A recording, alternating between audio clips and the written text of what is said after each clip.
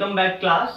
So last class में हमने exercise 3.4 के क्वेश्चन नंबर सेकंड के 3 पार्ट्स तक सॉल्व कर लिए थे। आज हम उसी क्लास को आगे कंटिन्यू करने जा रहे हैं और उसके 4th पार्ट के सोल्यूशन को सॉल्व करेंगे। देखते हैं 4th पार्ट में हमें क्या गिवन है।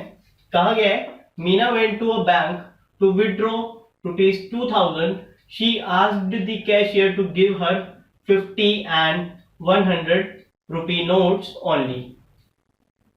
Meena got 25 notes in all. Find how many notes of ₹50 and ₹100 she received.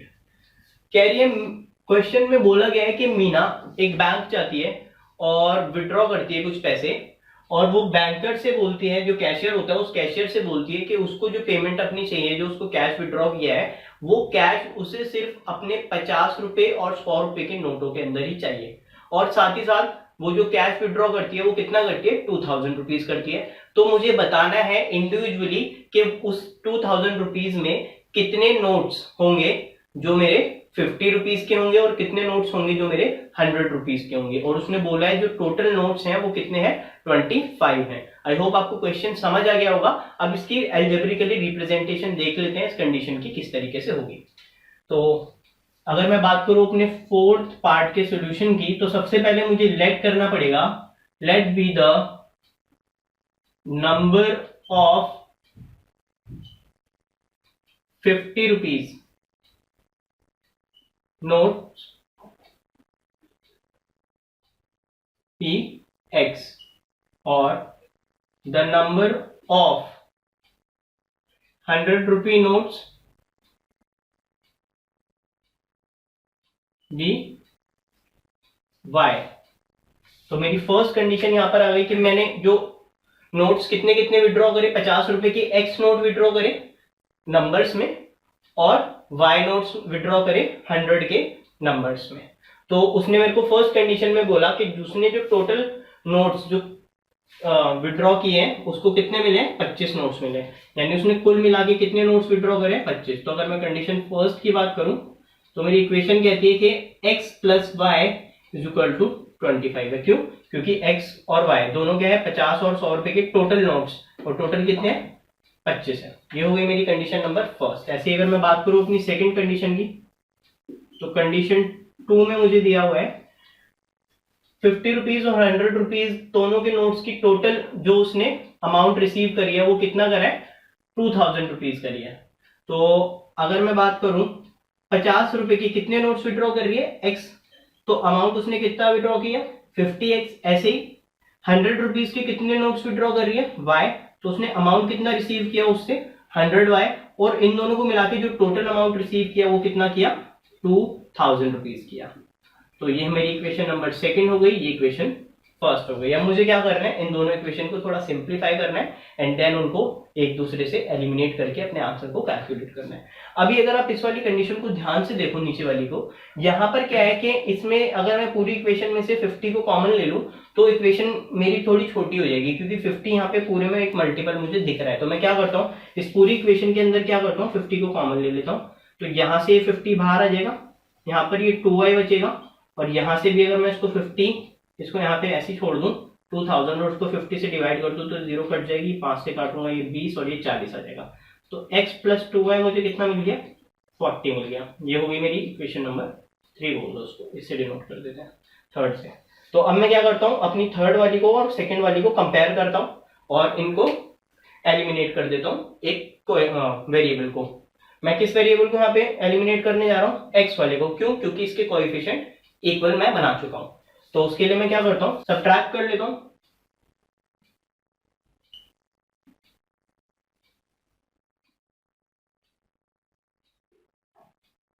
Third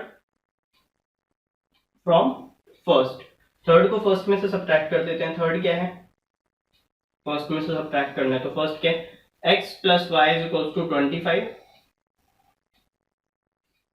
ये फर्स्ट है। और थर्ड इक्वेशन क्या है, x + 2y = -40। इसके साइन चेंज करेंगे, सब्ट्रैक्ट कर रहा हूं तो ये माइनस, ये भी माइनस और ये भी माइनस। इसको सॉल्व करूंगा तो ये कैंसिल आउट हो गया। यहाँ से सॉल्व करूंगा तो ये -y हो जाएगा, इसको सॉल्व करूंगा तो ये डिफरेंस आ जाएगा 25 और इसका माइनस का 15, इसको कैंसिल आउट कर दूंगा तो y का वैल्यू मुझे मिल जाएगा 15, यानी उसने 100 के कितने नोट्स विड्रॉ किए, 15 नोट्स विड्रॉ किए। अब निकाल लेते हैं कि उसने x के कितने नोट्स विड्रॉ किए होंगे, तो पुट कर देते हैं y is equals to 15 in equation first. Equation first क्या थी, x plus Y is equals to 25 थी। अब मैं क्या कर रहा हूँ, y को हटा रहा हूँ, उसकी जगह पे रख दे रहा हूँ 15, इसको माइनस कर दूंगा तो x का वैल्यू मुझे कितना मिल गया, 10 मिल गया। आई होप आपको ये समझ आया होगा किस तरीके से किया। अब मैं देखो यहाँ पे दोनों नोट्स का अगर टोटल करूँ तो कितना मिलेगा मुझे, 15 प्लस 10 25 मिल जाएगा। और सेकंड कंडीशन में क्या है, y क्या था, 100 रुपीज के नोट्स थे, वो मुझे कितने मिल रहे हैं, 15 नोट्स, तो यानी जो टोटल अमाउंट होगा वो कितना होगा, 15 नोट्स मिल रहे हैं कितने रुपए के, 100 रुपीज के, तो ये हो जाएगा मेरा 1500। और 50 रुपीज के मुझे कितने नोट्स मिले, 10 नोट्स मिले, तो ये हो जाएगा 500, और इनसे मेरा टोटल भी कितना हो गया, 2000 हो गया। ओके, चलते हैं अपने फिफ्थ पार्ट की तरफ। फिफ्थ पार्ट में मुझे गिवन है A lending library has a fixed charge for the first 3 days and an additional charge for each day। कह रहे हैं कि एक लाइब्रेरी के अंदर अगर एक बुक को फिक्स्ड 3 डेज के लिए जो चार्ज मुझे पे करना पड़ता है, मतलब मैंने एक बुक है लाइब्रेरी से लेंड की, उधार ली वहां से, तो मेरे को फर्स्ट 3 डेज के लिए तो एक फिक्स्ड चार्ज पे करना ही करना पड़ेगा। उसके बाद जितने भी दिन एक्स्ट्रा मैं उस बुक को अपने पास रखूंगा उसके लिए मुझे कुछ एडिशनल चार्ज भी पे करना पड़ेगा। तो अब यहाँ पर कहा गया है, कह रहा है Sarita paid 27 for the book cap for the 7 days. कह रहे हैं कि सरिता ने अपने पास एक किताब को 7 दिनों तक रखा और उसने जो पे किया, कितना पे किया, 27 रुपए वहां पर लाइब्रेरी में पे किया। इसके अलावा वाइल सुसी paid 21 for the book she kept for 5 days, और सुसी ने 5 डेज के लिए किताब को अपने पास रखा, उसके लिए उसने कितने रुपीज पे किए, 21 रुपीज पे किए। अब वो कह रहे हैं find the fixed charge and the charge for each extra day. बताओ कि हर दिन का चार्ज कितना है जो एडिशनल चार्ज है, और फिक्स्ड चार्ज का अमाउंट कितना है। अब इसको देख लेते हैं एल्जेब्रिकली इस सिचुएशन को मैं कैसे रिप्रेजेंट करता हूं। तो फिफ्थ पार्ट की बात कर रहे हैं, तो सबसे पहले करते हैं let be the fixed charge be X, और इसके बाद let be the additional charge be Y. Fix charge को एक्स मान लेते हैं और एडिशनल चार्ज को वाई मान लेते हैं। अब फर्स्ट कंडीशन के हिसाब से बात करते हैं सरिता की। कंडीशन फर्स्ट में सरिता ने कितने दिन के लिए किताब को रखा था, 7 दिन के लिए। अब 7 में से 3 दिन तो वो है जो उसको एडिशनल चार्ज फिक्स्ड चार्ज देना ही है, तो 7 में से अगर मैं बात करूं 3 दिन मैं हटा देता हूं तो बचे मेरे पास कितने, 4 दिन। ये 3 दिन तो उसको फिक्स्ड चार्ज देना ही देना पड़ेगा, इसके अलावा जो 4 दिन है इन 4 दिन का वो पे करेगी एडिशनल चार्ज, है ना। तो इस चीज को अगर मैं रिप्रेजेंट करता हूं, मैं माना है, मैंने क्या माना है, फिक्स्ड चार्ज मेरा एक्स है, तो फिक्स्ड चार्ज तो यहां पर लिख लेते हैं अपना एक्स, वो कितने दिन के लिए था, 3 डेज के लिए था, प्लस बात करते हैं किसकी,